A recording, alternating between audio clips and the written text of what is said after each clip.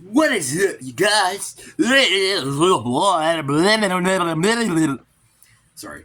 What is up, you guys? This is your boy. God, that took so much energy from me. It is your boy, Brenton Biggers here, and welcome to another video. And we are back to one of these movie videos. Again, put in the comment section whatever video you want to see. But today, we're going to be talking about Transformers Rise of the Beast. The movie I have been looking forward to since I figured out the trailer coming out. It's going to be coming out in theaters on June 9th. I'm actually serious. This is a movie I was really looking forward to. But how good is it? It's good. Don't get me wrong, this is still a really good movie, and I really enjoyed it in majority of its runtime. But there were issues. Let's talk about the issues first, because there are a lot of good things in this movie that are not. They're not just scratch that. They're not just good. They are amazing. They are fantastic. And there's one thing I don't really like to mention. There's one thing I don't really mention in majority of the movies, which I'm going to be talking about that later. One, we are talking about the mom character. The mom character was completely just sidelined in majority of the entire movie, which I understand. But why doesn't the mom look like the girl that freaking knows everything? Like, I was honestly confused at some portion of the movie of which was which. That's a concern.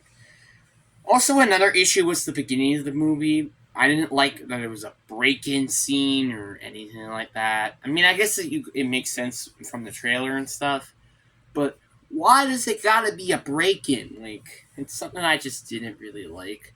Also, the other thing was I was so confused of how, like, this stuff happened and why did it happen. But, yeah. And then the last thing I wanted to mention was kind of some parts of the movie was a bit boring. Like the first 10-20 minutes of the movie was pretty bland, generic, and kind of just boring. Like this kid, well, spoilers. This kid that's like the father figure of his son, and doesn't have any money. It's kind of just a little boring, and kind of just ruins the purpose of the entire movie.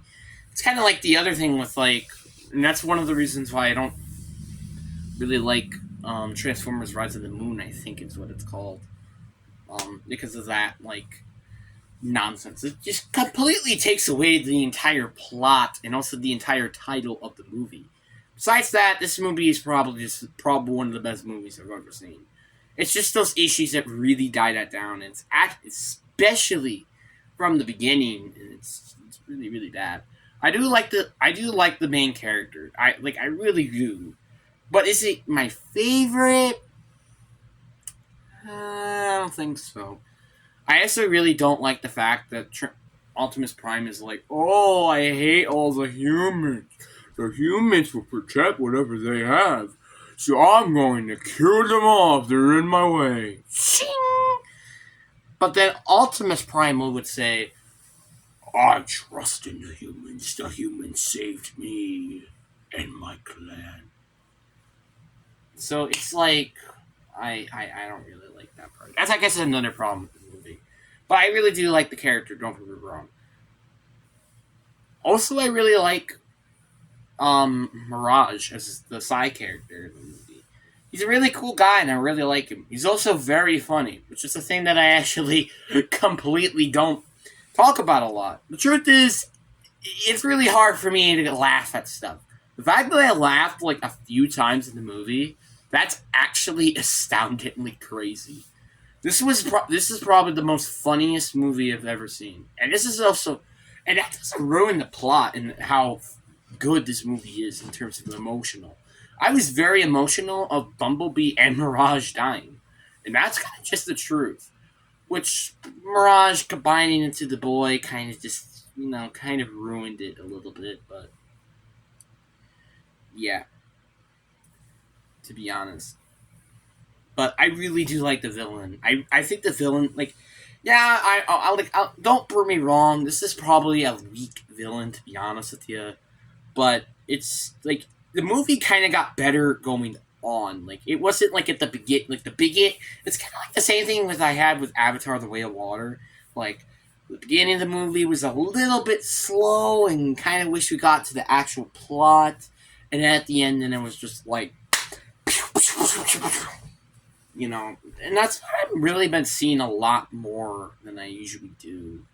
I mean, that's actually a lot what I'm starting to see in some movies, like movies that are really, really bad, like not bad, but like they aren't good in the beginning, and then they're like amazing and like the full peak at the end. Which this movie is pretty much a perfect example of that. It has like okay type of beginning. It doesn't really reference anything really towards the movie itself. But then at the end, it's just crazy. Let me talk about the ending, because the ending is pretty much the best thing about this movie, outside of it being funny and emotionally at the same time. The ending was such a big twist that I did not even expect. When I thought the boy and mom and the son were hugging, I thought that was it. But no, siree, it wasn't. This movie really caught me off guard, and I did not expect that coming. I really did not. And apparently, this was a CIA government, and also in the background, which this actually finally confirms that this movie is indeed a sequel to all the other movies. That Megatron's head in the background is actually there, and also there was like these funny little Easter eggs that I liked, like in the boys' room, like there are the tiger and the gorilla, both animals that we see in the movie that aren't on. Well, we haven't seen yet in the movie besides the beginning part. But it's really interesting and really awesome to see how the movie kicks off. But I also like that guy who freaking like helped convinces him to steal his car. It's really cool. I like this character, and I really like he's such a big jerk and selfish.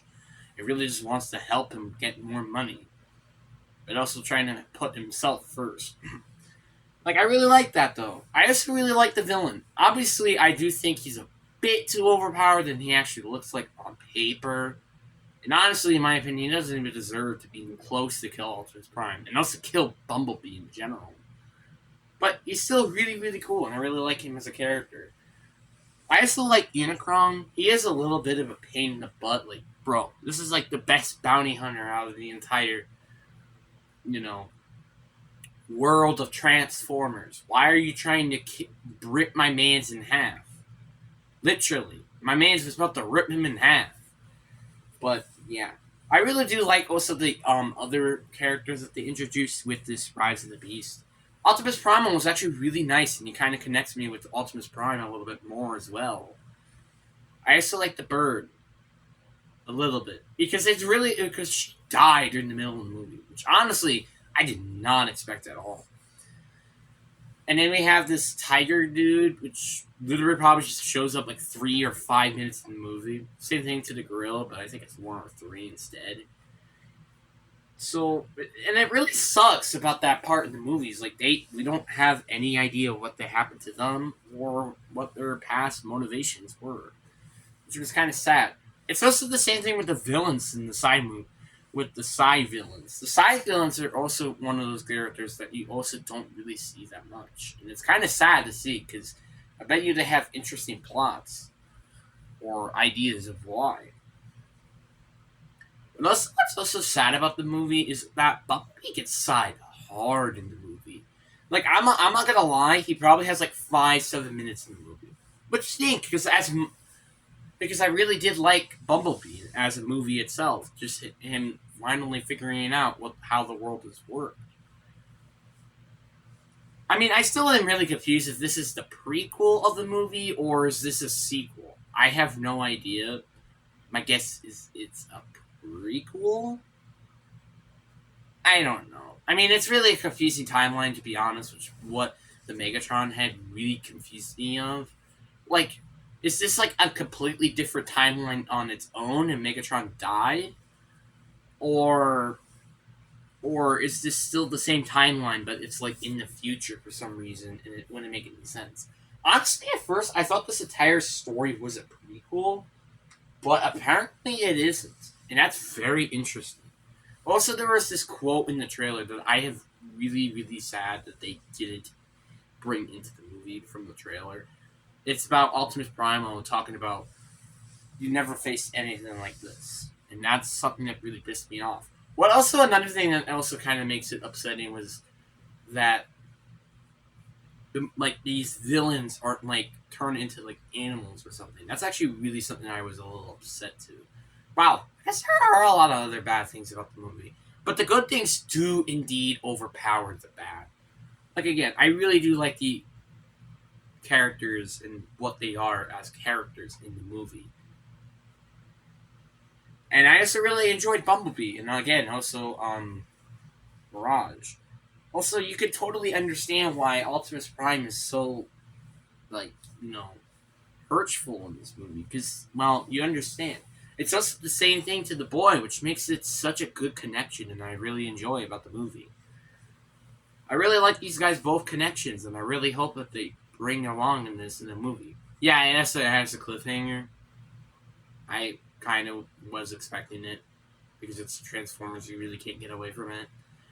So I will expect this movie to come out in 2025 or 2026 or late 2024. Okay, I guess there is some parts, but still, I really hope that this. I am really looking forward to this other movie coming out, but I don't know if this is quite going to be on the plot of the Crypotron or something. But again, the endings are really amazing. The characters are really good. This is still a Transformers movie. I rate it a solid 7 out of 10, and I really enjoyed this movie, and I can't wait to finally get the chance to not watch it again. Because that's just how it works, apparently.